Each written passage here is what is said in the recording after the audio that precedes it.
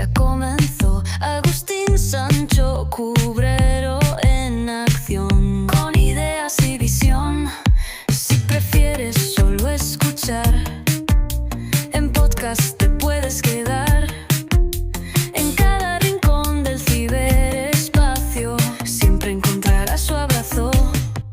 Suscríbete sin dudar, no cuesta nada soñar en YouTube o en tu aplicación. Gratis siempre es la opción.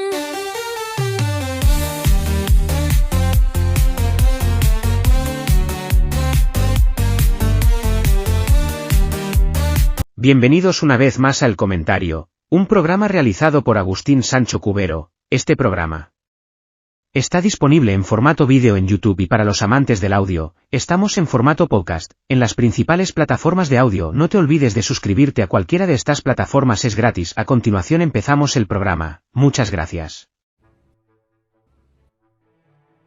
1950. Un año marcado por la incertidumbre y el miedo. El mundo, apenas recuperándose de la devastación de la Segunda Guerra Mundial, se encontraba al borde de una nueva era de tensión global. Las cicatrices de la guerra aún eran visibles en las ciudades arrasadas y en la memoria de millones. Sin embargo, una nueva amenaza se cernía sobre la humanidad: la Guerra Fría, una confrontación silenciosa pero implacable. Estados Unidos y la Unión Soviética, antiguos aliados en la lucha contra el nazismo, ahora dividían el planeta en dos bloques irreconciliables: capitalismo y comunismo. La desconfianza y la rivalidad crecían día a día. En este nuevo tablero mundial, Corea, tras décadas de ocupación japonesa, quedó dividida en el paralelo 38. Al norte, un régimen comunista. Al sur, un gobierno capitalista. La península se convirtió en símbolo de la fractura global. Kim Il-sung, respaldado por Moscú y Pekín, consolidaba su poder en el norte, estableciendo un estado férreamente controlado y alineado con el comunismo internacional.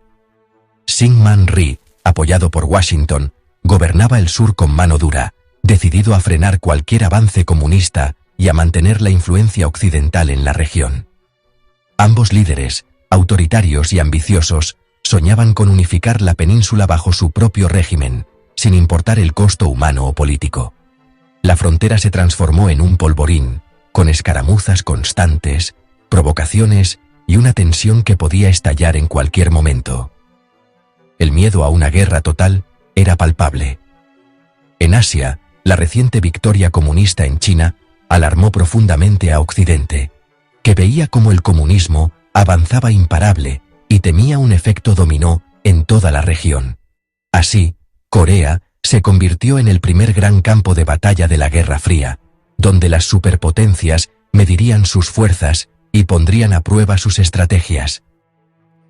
El destino de millones de coreanos quedó atrapado entre las ambiciones de sus líderes y el pulso de las superpotencias, marcando el inicio de una tragedia que cambiaría la historia de Asia y del mundo. El 25 de junio de 1950, Corea del Norte cruzó el paralelo 38, con 135.000 soldados y tanques soviéticos. La sorpresa fue total. Seúl cayó en 3 días. El sur, mal equipado, se replegó hacia Busan, mientras miles de civiles huían en pánico. Kim Il-sung buscó y obtuvo el apoyo de Stalin y Mao, quienes vieron la unificación comunista como estratégica. La invasión fue el primer gran choque militar de la Guerra Fría, con brutalidad desde el inicio. Ejecuciones sumarias y purgas ideológicas sembraron el terror. El conflicto, aunque coreano en apariencia, era ya internacional. La península se sumergía en una guerra civil sangrienta, enfrentando a familias y vecinos. El mundo observaba, temiendo una escalada global.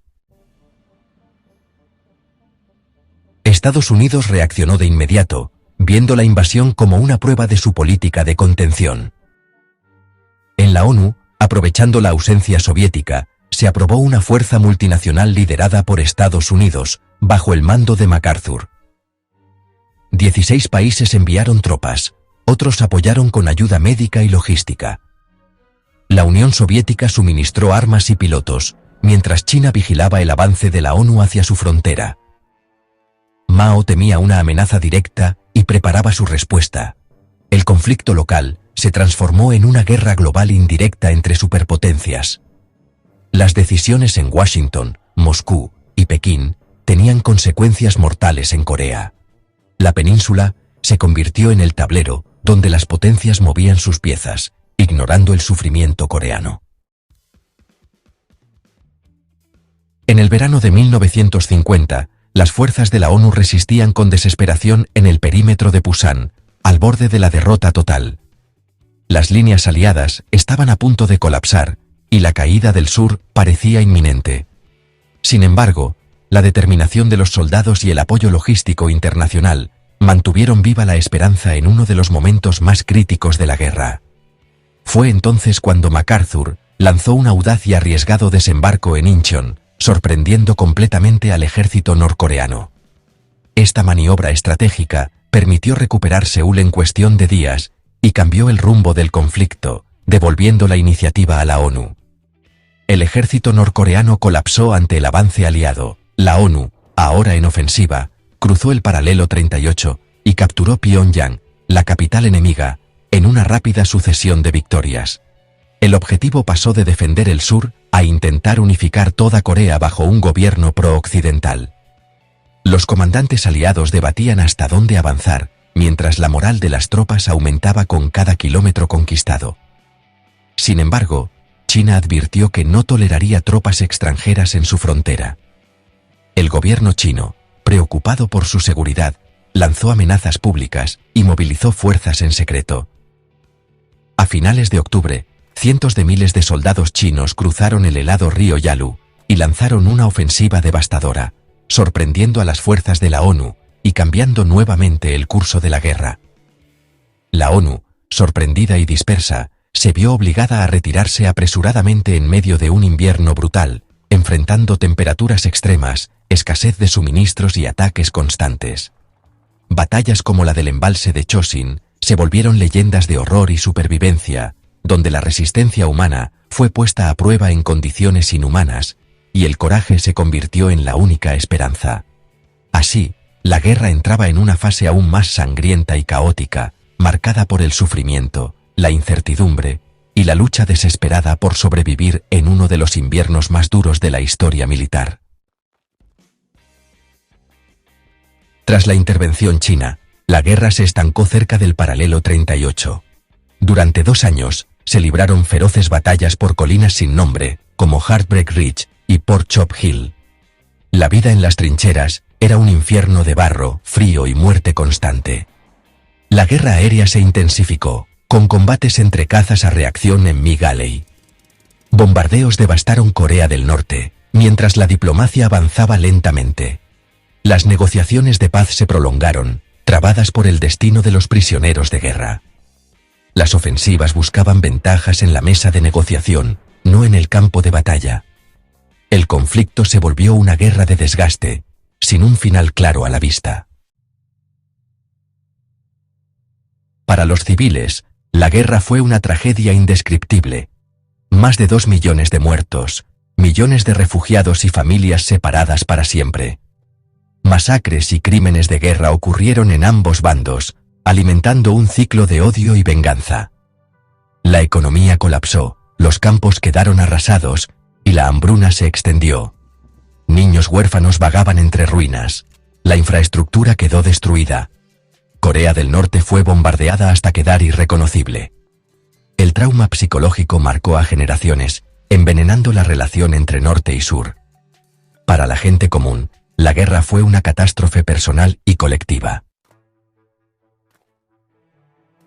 Tras más de 3 años de combates intensos y brutales, en los que la península coreana se convirtió en un campo de batalla devastado, y 2 años de negociaciones agotadoras, el armisticio finalmente se firmó en julio de 1953, poniendo fin a los enfrentamientos abiertos. Sin embargo, no fue la paz definitiva, sino solo un alto, el fuego temporal. La guerra nunca terminó oficialmente, y la tensión persiste hasta hoy. Se creó la zona desmilitarizada, una franja de tierra de 250 kilómetros de largo y 4 de ancho, que se transformó en una frontera tensa y fuertemente militarizada, dividiendo la península en dos mundos opuestos. El costo humano fue inmenso, millones de muertos y heridos, familias separadas por décadas y ciudades enteras reducidas a escombros. La guerra solidificó la división de Corea, creando dos naciones con destinos radicalmente distintos. Además, marcó el rumbo de la Guerra Fría, intensificando la rivalidad entre bloques y militarizando aún más el mundo. Estados Unidos y la OTAN se rearmaron y reforzaron su presencia militar en Asia, mientras que China y la URSS consolidaron su alianza, cambiando el equilibrio de poder global. La guerra sentó el precedente de conflictos limitados en la era nuclear, mostrando el peligro de una escalada global. Hoy, la DMZ sigue como símbolo de una herida abierta, un recordatorio constante de la fragilidad de la paz. Corea del Norte permanece aislada, bajo un régimen totalitario y hermético, mientras que Corea del Sur se ha convertido en una nación democrática, vibrante y próspera. La Guerra de Corea, conocida como la Guerra Olvidada, nos recuerda que un armisticio no es la paz verdadera, y que las cicatrices de la guerra, tanto físicas como emocionales, pueden durar generaciones, marcando la vida de millones hasta hoy. Hasta aquí esta edición del programa de El Comentario, un programa realizado por Agustín Sancho Cubero. Este programa está disponible en formato vídeo en YouTube y para los amantes del audio, estamos en formato podcast en las principales plataformas de audio. No te olvides de suscribirse a cualquiera de estas plataformas, es gratis. También puedes compartir este programa, así me ayudas a crear más contenido. Hasta la próxima edición del programa. Muchas gracias. Dirección y realización Agustín Sancho Cubero.